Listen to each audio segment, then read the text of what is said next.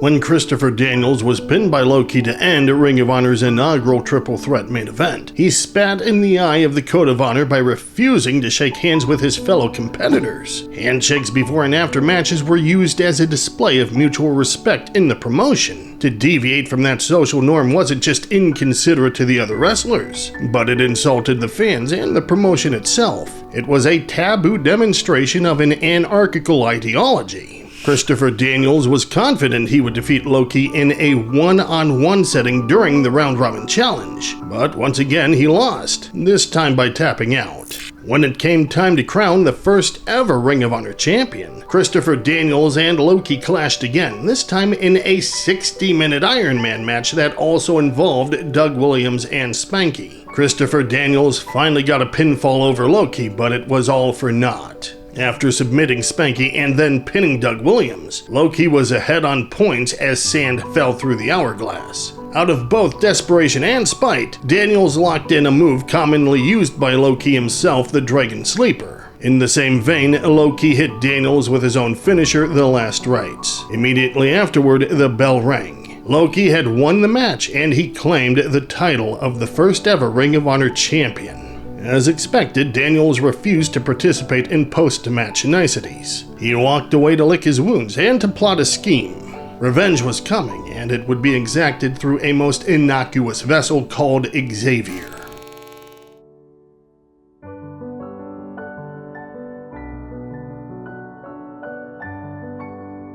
John Jairo Bedoya Jr. was born in 1977 in Queens, New York. Tony DeVito trained young John, getting him prepared for the world of professional wrestling. You may remember DeVito in ECW as part of DeBaldi's. Years before that, he was a WWF enhancement guy. John worked the Northeast independent scene. After trying out several different ring names, John eventually settled on just being called Xavier. Young Xavier had many wars against fellow up-and-comer Loki. The two tore up the Northeast. The matches not only helped inspire the creation of Ring of Honor, but the creative direction for Loki's championship reign. The one encounter that stood out above the others was a ladder match at ICW's Last Stand at the Elks from June 30th, 2001. Several months later, Xavier would end up wrestling his very first match in Ring of Honor. This is where our story begins. It's February 23, 2002, Ring of Honor's very first show. Xavier debuts against the Black Nature Boy Scoot Andrews. Scoot grew up loving baby faces like Jack Briscoe and Dusty Rhodes, but when he got a little older, he began idolizing Bad Boy Ric Flair, hence the moniker. Debuting in 1994 against his trainer Damian Lee, Scoot Andrews is the veteran here. It does look like he's going to win the match after hitting his finisher, the Forces of Nature. Referee John Finnegan doesn't finish his count upon seeing Xavier's foot underneath the bottom rope. Scoot goes for his finisher a second time, but Xavier counters it into the X-Breaker, getting the win. Fans have no idea they're looking at the guy who's going to eventually turn this promotion on its head. Xavier wrestles James Maritato on the next show. Maritato is trying to shake off his former Little Guido identity. He's trying to lay the foundation to walk a new path where he'll be taken seriously as the Sicilian Shooter. If you spent any amount of time watching him work in ECW, you know Maritato was always great, gimmick or no gimmick. After applying the unique Oriental Scorpion, he looks to win with a kiss of death. But Xavier out-wrestles him, picking up the victory with a flash pin. Later, Xavier tries talking to Christopher Daniels backstage after his embarrassing loss to Loki. Daniels storms off, seemingly too angry to talk to him.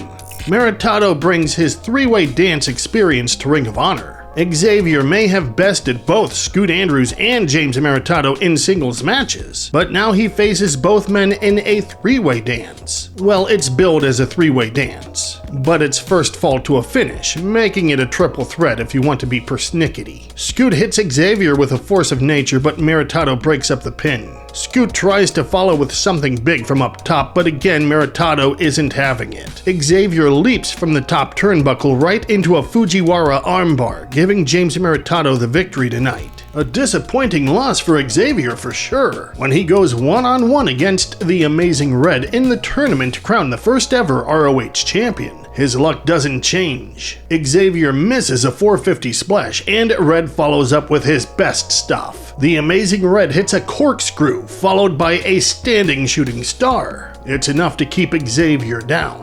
Red is shown love and respect afterward.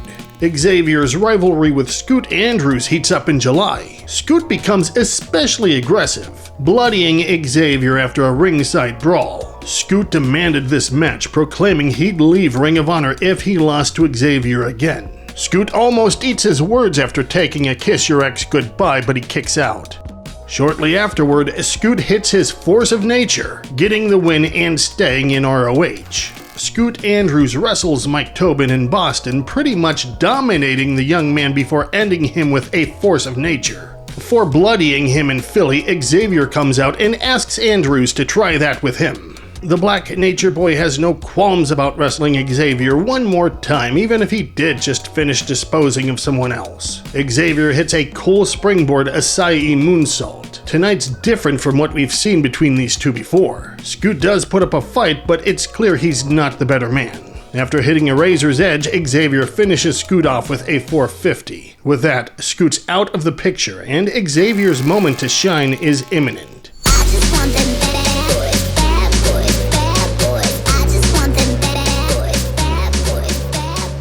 This brings us to Unscripted in September. Xavier is given the ultimate opportunity by Loki, an ROH title match. No one expects what's about to happen. After all, Loki's the man around these parts. Xavier's a mid-carder who doesn't have the most outstanding track record. After Loki kicks out of Xavier's Kiss Your Ex Goodbye, Christopher Daniels appears. Fans know Daniels is entrenched in a feud with Loki, but beyond that, a beautiful plan is about to come together. Xavier misses a 450 splash. Loki knocks him silly with Kawada kicks. Loki rolls outside to confront his nemesis. Suddenly, Xavier chop blocks his opponent. He follows up by crushing Loki's chest with concrete. The champion begins to cough up blood as he struggles his way back into the squared circle. It's right where Xavier wants him. He hits his 450 splash, and that's it! Xavier pins Loki to become the new ROH champion,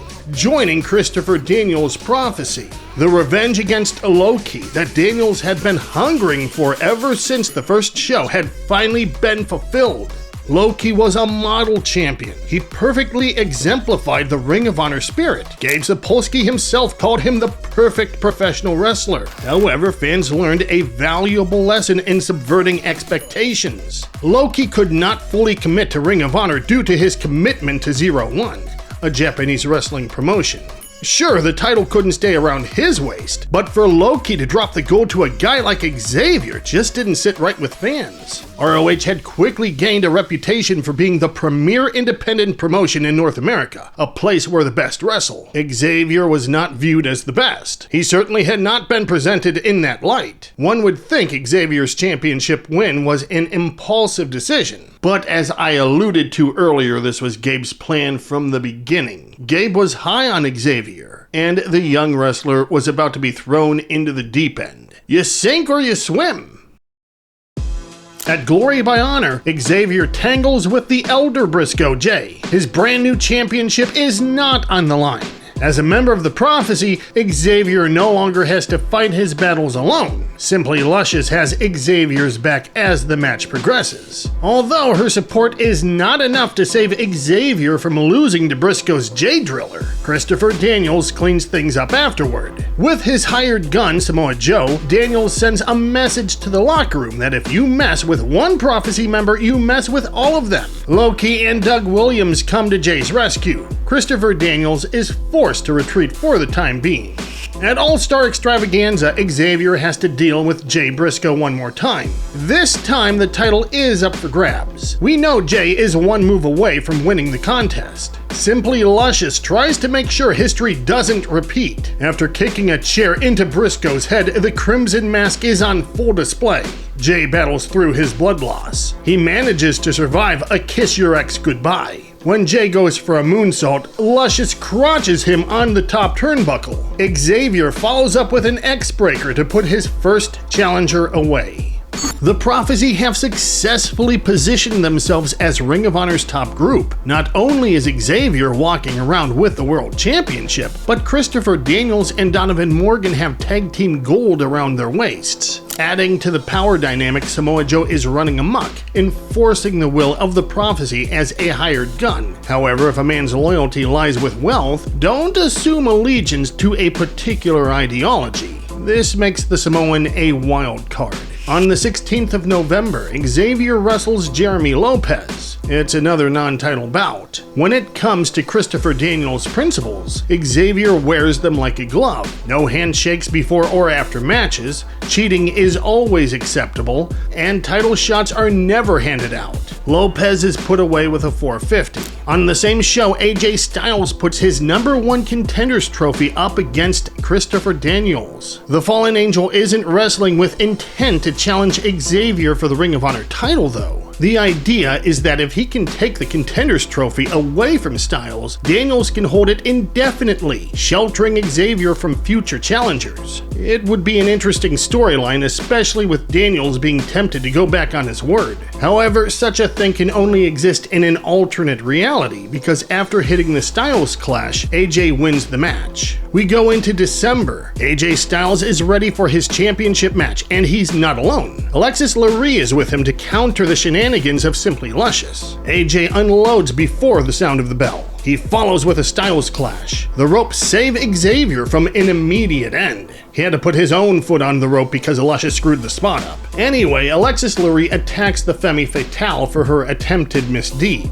She's taken to the back by Mark Briscoe. Yes, Mark Briscoe is a Prophecy member here, and that does it for interference. Having done her job, Alexis Lurie also heads out, leaving challenger and champion alone to wrestle undeterred. Xavier tries to keep the pace slow as he allows himself time to recover from his opponent's devastating finisher. The men continue their fight while on commentary, Gabe Sapolsky puts over the hatred the fans have for Xavier. Oh, it's heat alright, but when everything is said and done, we've got to ask ourselves if it's the right kind. After AJ Styles kicks out of a Kiss Your Ex Goodbye, Xavier unsuccessfully goes for a 450. They then struggle for positioning from atop the turnbuckle where AJ catches Xavier with an avalanche Styles clash. After holding his knee, Styles goes for the pin, but a rope break once again saves Xavier. The champ targets that knee and applies a strategic jackknife pin, earning himself the 1-2-3. After his loss, AJ nurses his knee. Xavier may have gotten past the Phenomenal One,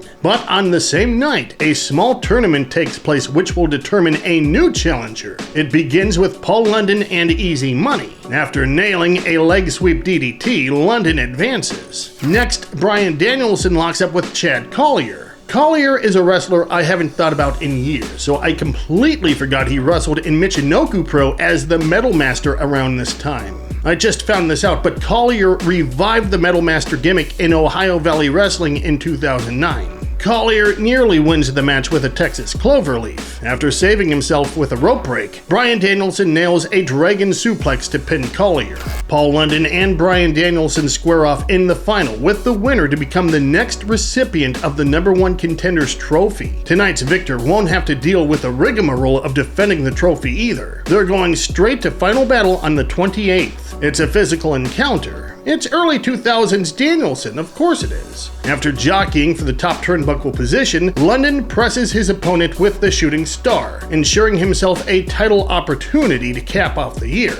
At Final Battle, Xavier jawjacks with hostile fans. He takes exception to the AC Slater chants. I don't know, if someone told me I looked like Mario Lopez, I'd take it as a compliment. Xavier pounces as soon as Paul London enters the ring, generating good heat. There's a great dynamic here because the hate for Xavier is equal to the love for Paul London. Having experienced his evolution firsthand, starting with ROH's first show, fans feel a special connection with Paul. He's the perfect candidate to take the belt off of Xavier. The spot of the match is London nailing an SSP to the outside, but he fails to capitalize by hitting the move in the ring. He has fans in the palm of his hand upon hitting a leg sweep DDT, but a rope break saves Xavier. There's a final struggle for positioning that ends with Xavier nailing the X-Breaker to finish his opponent off. Great match, but not the main event of the night. No, that honor goes to Samoa Joe, Bryan Danielson, Steve Corino, and Low-Ki. The four men engage in battle to see who will have the #1 Contenders trophy next. It's quite the marathon. The men wage war, surpassing the 30-minute mark. Low-Ki gets Big Joe up for a key crusher. He then locks a Dragon Sleeper on Steve Corino. Corino taps out and the bell rings. However, the sound of the bell does not signify a win for Low-Ki. It rang because the 45-minute time limit had expired. Seriously, that's how you end Final Battle? Yeah, the fans don't like that. Not one bit. You gonna blame them? We're left without a #1 contender for now.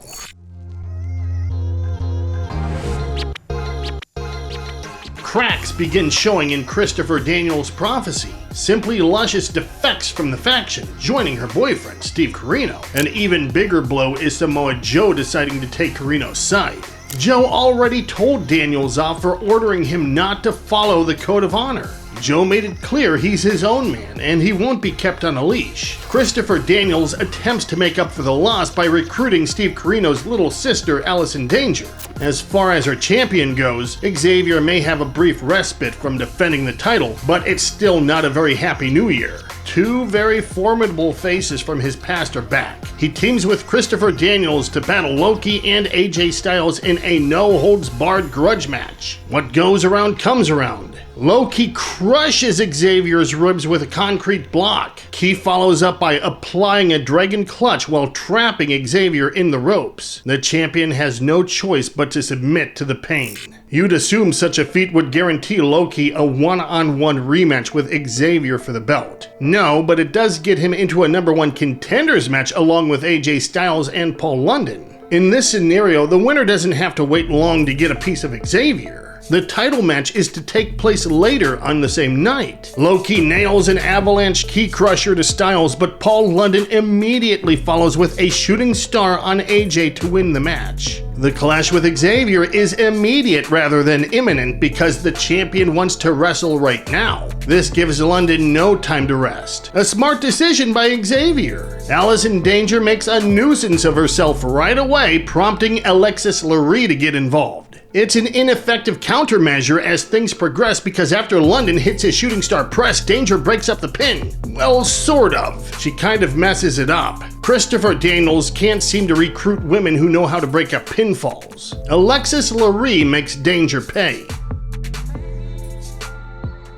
London is planted by a Kiss Your Ex Goodbye. A 450 follows, but pesky Paul doesn't stay down for the 3. Xavier goes for an X-Breaker. London comes close to pinning him with a roll-up. A second roll-up is attempted. Xavier counters and pins Paul holding his tights. Christopher Daniels had successfully defended the Ring of Honor Tag Team titles with Donovan Morgan up to this point. However, because of scheduling conflicts with Pro Wrestling Noah, Morgan couldn't fulfill that obligation any longer. Xavier steps in to replace Morgan in defending the belts. As far as who the belts are being defended against, well, that story begins with the Amazing Red versus Slim J. The thing about Slim J is that he's a member of Special K, a bunch of privileged kids who like to indulge in Special K. I ain't talking about cereal here. Anyway, a bunch of skinny raver boys might not be too intimidating, but their bodyguard, Slugger, is a different story. During the match, Red clobbers Slugger with a kick to the face after an attempt to interfere. Red then puts Slim J away with... Damn!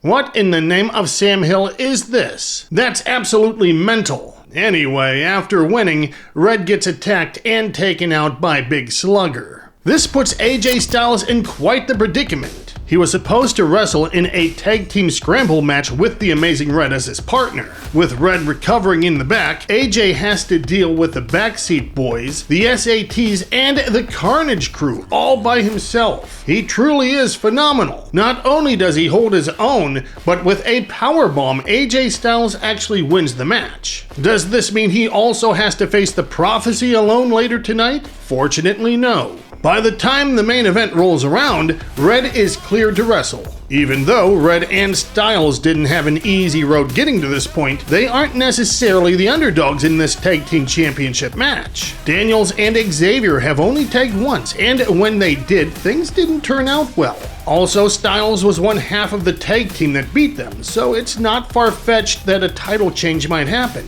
Allison Danger gets up to her tricks. AJ's not a man to punch a woman, so Alexis Lurie is once again eager to give Danger a slice of punishment pie. Styles is hit with a kiss your ex goodbye before Red prevents a 3 count. A code red is nailed on Xavier, but Daniels rescues his partner. There's a really nice final stretch of tag team wrestling here. The match ends after Christopher Daniels suffers a Styles clash. Xavier doesn't make it in time to stop the 3 count. There are brand new tag team champions. As if things aren't bad enough for Xavier on tonight's show, we have to look at the #1 Contenders Trophy match from a little earlier, where Samoa Joe, Homicide, BJ Whitmer, and Easy Money all met in a 4-way. Despite Homicide's best efforts to stop Joe in the match, the Samoan chokes Easy Money out with a coquina clutch. Now, the man who was once hired to protect Xavier is going to be the champion's most dangerous opponent. Joe is a force unlike anything Xavier's had to deal with in Ring of Honor so far. Steve Corino's group finally comes together. The group's name is simply The Group, sort of a tongue-in-cheek label for the stable. We know about the acquisitions of Simply Luscious and Samoa Joe, but C.W. Anderson and Michael Shane also come aboard, adding some much-needed manpower. When Samoa Joe comes for Xavier's title at Night of Champions, the usual suspects come ringside to cause the challenger complications. However, Corino's group fires a huge first shot when Shane and Anderson eliminate these obstacles. Xavier has won matches on his own before, but tonight is not the night for that. It's Samoa Joe. You throw everything you can at this guy. Xavier experiences the superior force of the challenger right off the bat. He tries fighting back. His chops are ineffective. Joe is without an iota of mercy. An especially high backstabber impacts Joe's neck. Xavier has discovered a weak point. Xavier realizes he may have a chance to win this. A tope tornado DDT makes things even worse for Joe. Now the big man is right where Xavier wants him. Xavier puts everything he has into preventing any sort of a comeback. Joe does not stay down. In fact, Xavier looks to be in shock and awe over the challenger's resilience. Xavier knees Joe's head to stop a vertical suplex. He follows up with an X-breaker. Finally, it's time to finish things up with a 450. But after getting his knees up, the Golem gets to his feet, unleashing the full extent of his fighting spirit. It's who I am. Let's go. Cause I'm a warrior. That's right. With a coquina clutch, Samoa Joe makes history. As Ring of Honor's new kingpin, Joe is about to restore something that's been missing from the ROH title. Reign of dominance awaits him. Xavier goes on hiatus. He had suffered a concussion in last week's tag team match, and he toughed things out to get through this match with Joe. It will be a while before the fans of Ring of Honor set their eyes on Xavier again. After being presented with an overview of Xavier's championship run, one simple question has to be asked. Was it a success? The answer is not a simple yes or no. Xavier did manage to do something very difficult: draw vocal disapproval from early 2000s indie wrestling crowds. At one time, indie audiences were reluctant to participate in kayfabe. They would loudly react to the in-ring athleticism of the performers, but some fans resisted the urge to indulge in what they viewed as mark behavior. Ring of Honor played into this mentality. Commentary would often mock the mainstream presentation of professional wrestling, writing it off as something that had become a joke, whereas ROH treated it more like a sport. This in itself was part of a broader story. When Xavier won the championship the way he did, it marked a profound betrayal of the promotion's foundational ideals. The insidious creep of mainstream soap opera theatrics threatened to erode the purity of the art form. Xavier had suddenly been positioned as a lightning rod to absorb the ire of disgruntled fans. titles. The reaction was compounded by the fact that Xavier wasn't largely recognized as anything remarkable. It's not that fans didn't think he was good. He was a talented worker. However, he wasn't viewed as championship material. A lot of this was by design because his position on the card prior to his push surely influenced fan perception. Gabe made his vision for Xavier very clear on commentary as he would hammer home the point that Xavier was unworthy to carry the gold. This maneuver positioned the subsequent title holder for an extraordinary elevation in stature. The incoming champion would transcend merely defeating Xavier. They would be restoring the championship's prestige and steering the promotion back toward its authentic ethos. Looking at what Joe accomplished after winning the belt, it all worked out perfectly. I want to say yes to the question I asked. I do think Xavier's title reign was a success, but what did any of this do to elevate Xavier himself? We're going to look at Xavier's return to Ring of Honor to answer that.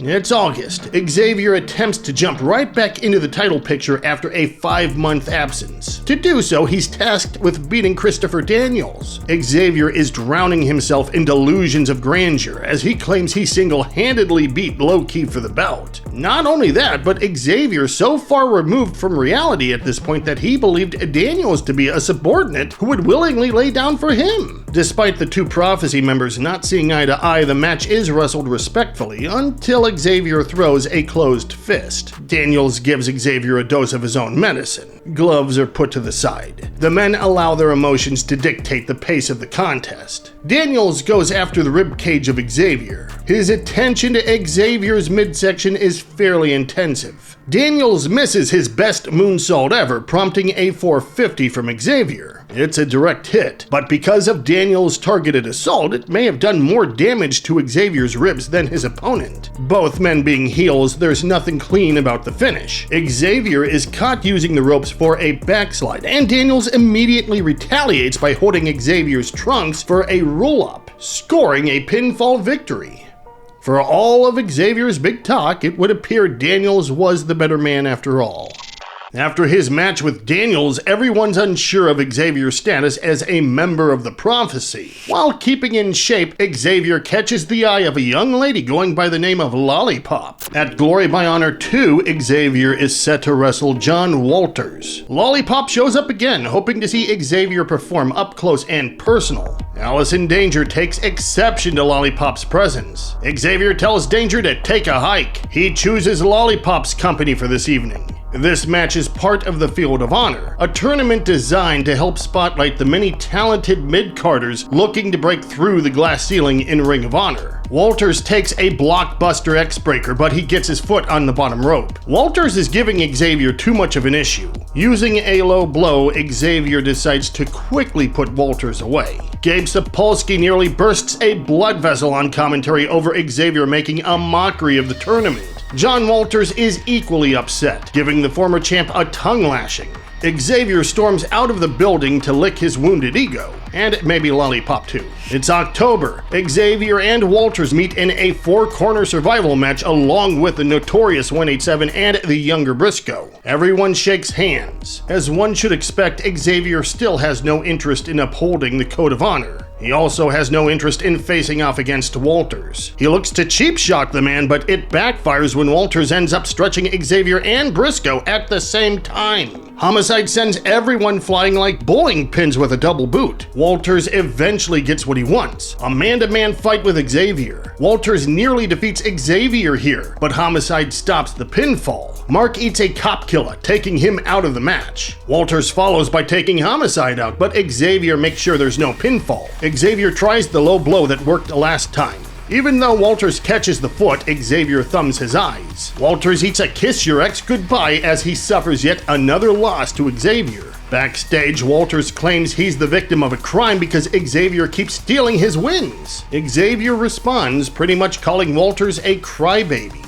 At Empire State Showdown, John Walters searches for his first big Ring of Honor victory, taking on Day 1 OG Christopher Daniels. It's a losing effort, but Walters does earn two things: Christopher Daniels' respect and an invitation to join the Prophecy. Xavier storms out full of contempt at the very idea of such a thing happening. Xavier jumps Walters, but Walters fights back, sending Xavier packing with his tail between his legs. Xavier questions Daniels' judgment before shoving him. Dan Moff, a new member of the Prophecy, threatens to clean Xavier's clock for putting his hands on Daniels. Xavier's night has only just begun. He continues in the Field of Honor tournament, taking on a man who needs no introduction, Chris Sabin. Sporting a black eye, something that occurred during a match with Matt Striker, Chris Sabin has a visible weakness that Xavier tries to exploit by aggressively impacting the man's face. Sabin crotches Xavier on the top rope. A high knee is accompanied by a brainbuster.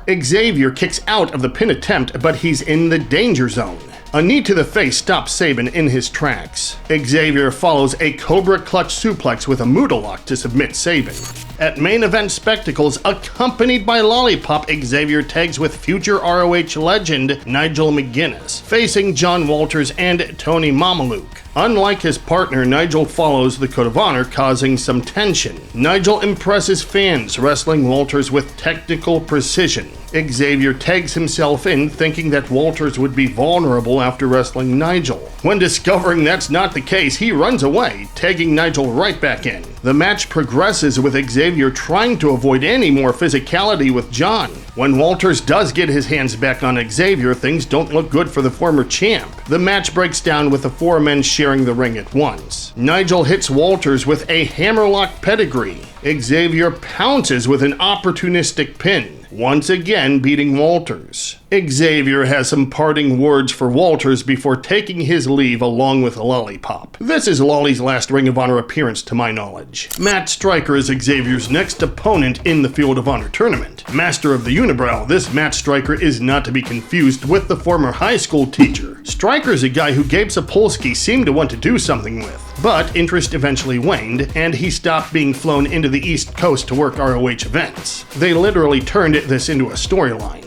After losing to Jay Lethal, Striker's ROH run pretty much stopped, for the most part. He'd still show up when the promotion was in Ohio or Illinois. After tapping out to Ricky Reyes in a little over 2 minutes in 2005, Striker wouldn't be back. However, we're in 2003, baby. Not only does Striker manage to defeat Xavier with a Death Valley driver, he goes on to win the whole tournament. It's a huge blow to Xavier. This tournament should have catapulted him back into relevance. Still, there's unfinished business Xavier has to deal with. The very next night, Xavier grabs a microphone and calls out John Walters. Walters says Xavier is the Yankees and he's the Red Sox, and tonight is payback. After a slap to Xavier's face, the bell rings. The men are full of rage. Fists blindly fly. They tap into their wrestling prowess, probing for a hold to give them the upper hand. Xavier goes outside to regroup. He tells a fan he's his mother's champion, getting a nice reaction from those at ringside. Walters continues to wrestle from a position of dominance. Xavier begins to whittle away at Walters' head and neck, setting the stage for an X-breaker. Walters botches a top turnbuckle backstabber, nearly braining Xavier. Walters hits a Hurricane DDT and correctly executed backstabber, getting a near fall. The men enter into a back and forth flow state, with neither competitor exhibiting a distinct advantage. Xavier thinks of introducing a ladder, possibly looking to save face through disqualification. Walters refuses to engage in hardcore hijinks, forcing the action to continue in the center of the ring. A kiss your ex goodbye is countered into a roll-up. Walters finally gets a win over Xavier. The former champion does not find this acceptable whatsoever. Not only is Walters bludgeoned with a chair, Xavier lays a ladder atop of him, signifying where this rivalry is headed. Walters and Xavier engage in a fight without honor to end 2003. The men are intent on uncovering the most sadistic versions of themselves. A guy like Xavier doesn't have to dig too deep. With a smile on his face, Prince Nana comes out to watch. Fans don't wait long before a ladder comes into play. An Alabama slam bends the steel. Xavier uses a springboard Arabian press, collapsing the damaged ladder beneath Walters. Absolutely reckless. The fans are going nuts for it though. Xavier turns around, avoiding the backstabber, only to take it to the face. Xavier eats a hurricane DDT onto a chair. Walters uses that chair to blast him. The blood begins to pour forth. Xavier takes a chinlock, bent backwards over a chair. The X-Man 450s Walters outside, exploding a table underneath him. No one's holding back. Nana assists Xavier with a second, bigger ladder. We get a backstabber off of it. That should be it, but Nana stops the pin attempt. After bringing the broken ladder back in the ring, Walters takes an X-breaker. He kicks out. Walters eats a super kiss your ex goodbye. Instead of going for a cover, Xavier tries to set up something satanic. Walters thwarts Xavier's machination, sunset bombing Xavier into the broken ladder. Walters slowly covers Xavier and pins him. Fans seem underwhelmed at the finish, I'm assuming because Walters' legs hit the ladder first. That actually made Xavier's landing even more disastrous. Regardless, attendees rise up and begin chanting for Walters. As for Nana, he's here to recruit Xavier for the new group he's forming, the Embassy. Xavier officially leaves the prophecy, adhering to the Code of Honor and shaking John Walters' hand. This ends Walters' involvement in Xavier's story. John would go on to become a meaningful player in Ring of Honor's Pure title division. He even defeated Doug Williams to become Pure champion. He had a nice run with the belt before dropping it to Jay Lethal in May of 2005. After that, he exited the promotion, but did have a one-off against McGuinness in 2006. Walters would return to Ring of Honor years later. He recently underwent a career resurgence, wrestling a dozen matches in 2025 at the age of 46. One little tidbit before moving on. During his early ROH run, fans compared Walters to Chris Benoit. The Crippler himself approached Walters after a Sunday Night Heat match in 2004. He told Walters that he impressed him. Benoit even contacted the wrestler on AOL Messenger to compliment his work after a Chris Masters squash. This validates a lot of wrestling fans who were supporters of John Walters back in the day.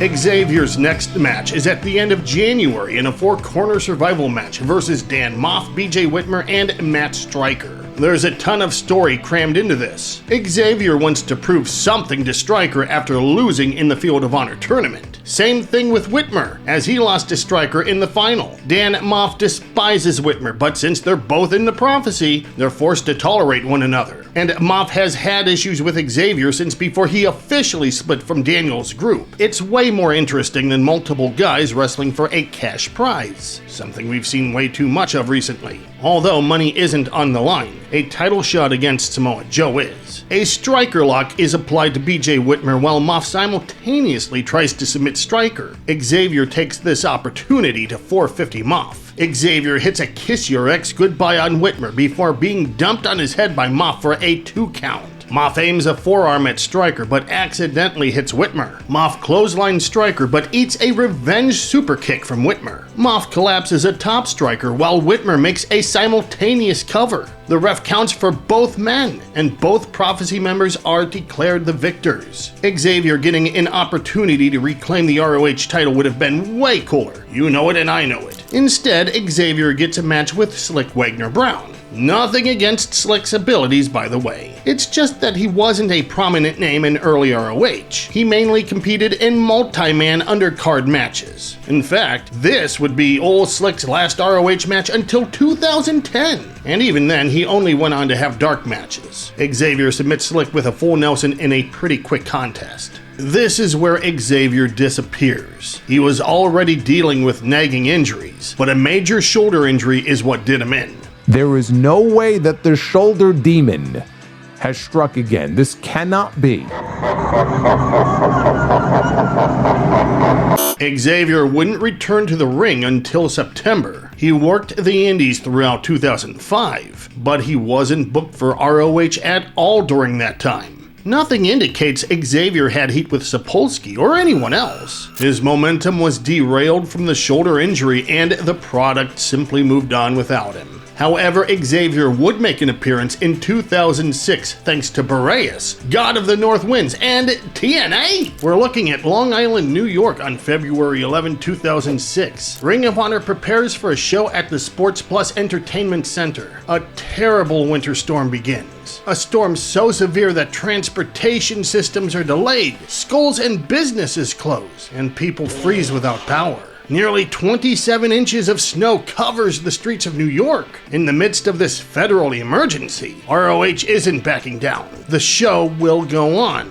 But it's not happening with TNA contracted wrestlers. Due to the Against All Odds pay-per-view taking place the next day, TNA insists the wrestlers get the heck out of Dodge so they don't find themselves stranded up north, missing the Orlando-based show. No Homicide or Jay Lethal, no Christopher Daniels or Samoa Joe, and no Alex Shelley, the man penciled in to challenge Bryan Danielson for the ROH title. What an absolute disaster. Phone calls are made, favors are fulfilled. The really big surprise is the return of CM Punk for one night only. Not only is a WWE contracted wrestler making an appearance, he's actually going to step in the ring and wrestle. It's a big deal, but what about Bryan Danielson's title defense? Prince Nana has a little surprise for everyone. The X-Man is back and he looks great. It's been 700 days since his last match. He refuses a handshake, which is odd considering the previous character change, but whatever, it's 2006. The Code of Honor isn't what it was 2 years ago. Bryan scolds Xavier and gives him a slap. He offers his hand again, but Xavier's still not interested. Xavier gets some momentum going and overshoots Bryan with a suicida. It's not too pretty. This just angers the champ. He exchanges slaps with Xavier before forearms are thrown. Bryan's anger grows. He becomes more physical. He pursues Xavier outside, and Xavier is forced to match the champ's ferocity. A springboard off a chair backfires bigly, leaving Xavier in a pickle. However, Bryan makes his own mistake. He misses a diving headbutt. It's Xavier's chance to finally work his opponent over. A European uppercut knocks Xavier for a loop. A superplex follows. Xavier answers by busting out his big moves, including a kiss your ex goodbye. He goes for a coup de grace 450, but it's avoided. Bryan uses the hiccup to finish Xavier off by trapping him in a cattle mutilation. Crown Jewel of the Embassy, Jimmy Rave attacks, causing a DQ before Xavier can tap. That's unfortunately it for this appearance. Nothing really comes of it. And again, Ring of Honor moves on without Xavier. I'll be honest about it. Xavier was a legit surprise for many, but fans treated it as a Gabe Sapolsky troll job. Xavier makes a final appearance 1 year later wrestling Shingo, Jack Evans, and Jimmy Jacobs in a four-way fray. Just like before, Xavier's here as a substitution since Davey Richards couldn't make the show. At least there's a smattering of welcome back chants tonight. Xavier gets to have a really nice but limited showing here. Four-way frays are elimination matches though, and as sad as it may be, Xavier is the first man out. Jack Evans wins the contest with a 630. I don't understand why it had to end this way, at least as far as Ring of Honor goes. Xavier continues to work the indies against names like Jason Blade, Sonjay Dutt, and Ron Zombie. He even wrestles Samoa Joe for the TNA title in Northeast Wrestling. After 2011, Xavier's career goes quiet. He returns to ICW in 2016 for one night, but despite saying he'll be back, he disappears again. It isn't until 2020 when the X-Man resurfaces. Finally, after 13 years, plans are made for Xavier to return to Ring of Honor. Past versus present. Xavier versus Jay Lethal, scheduled for March 14 in Nevada. Xavier, excited to lace up his boots one more time, sends a message to Lethal. You can't call yourself the greatest wrestler when you haven't beaten the all-around best. Understand this, Jay. I don't need to wrestle you. You need to wrestle me. And come March 14th for your challenge, I accept. The stage is set, but suddenly the world stops. Ring of Honor is forced to cancel the show. The match does not happen. 5 months later, Xavier is gone. The former Ring of Honor champion passes away at the young age of 42. Friends and colleagues offer words of kindness. We go back to what I asked earlier. What did Xavier's title run do for him? Nothing. After dropping the belt, he returned to feud with John Walters, left the Prophecy, and well, that was it. You would think he would have feuded with the Prophecy as a member of Prince Nana's growing embassy if not for the shoulder injury. The pieces were all there. It's my opinion that we didn't see more of him after that because the demand didn't exist. Fans saw his title run as a flop, and Xavier became a punchline among some on the ROH message board. Xavier had the look, he had the skill. He worked plenty of enhancement roles in the WWE for someone to take notice, but some guys don't catch a break. In the end, Xavier was an underappreciated talent. Much of his in-ring legacy was in mid-2000s indie work, most of which has been lost to the ether, making it hard to gauge his work rate acumen past his Ring of Honor run. I think I'll end the video by asking who's ever watching this to comment on Xavier's legacy. Do you think more could have been done with him? If so, what in particular? That's about it for me. Keep enjoying wrestling, have a great day, and the next time you hear X Gun Give It To You by DMX, think of Xavier. That should have been his theme song!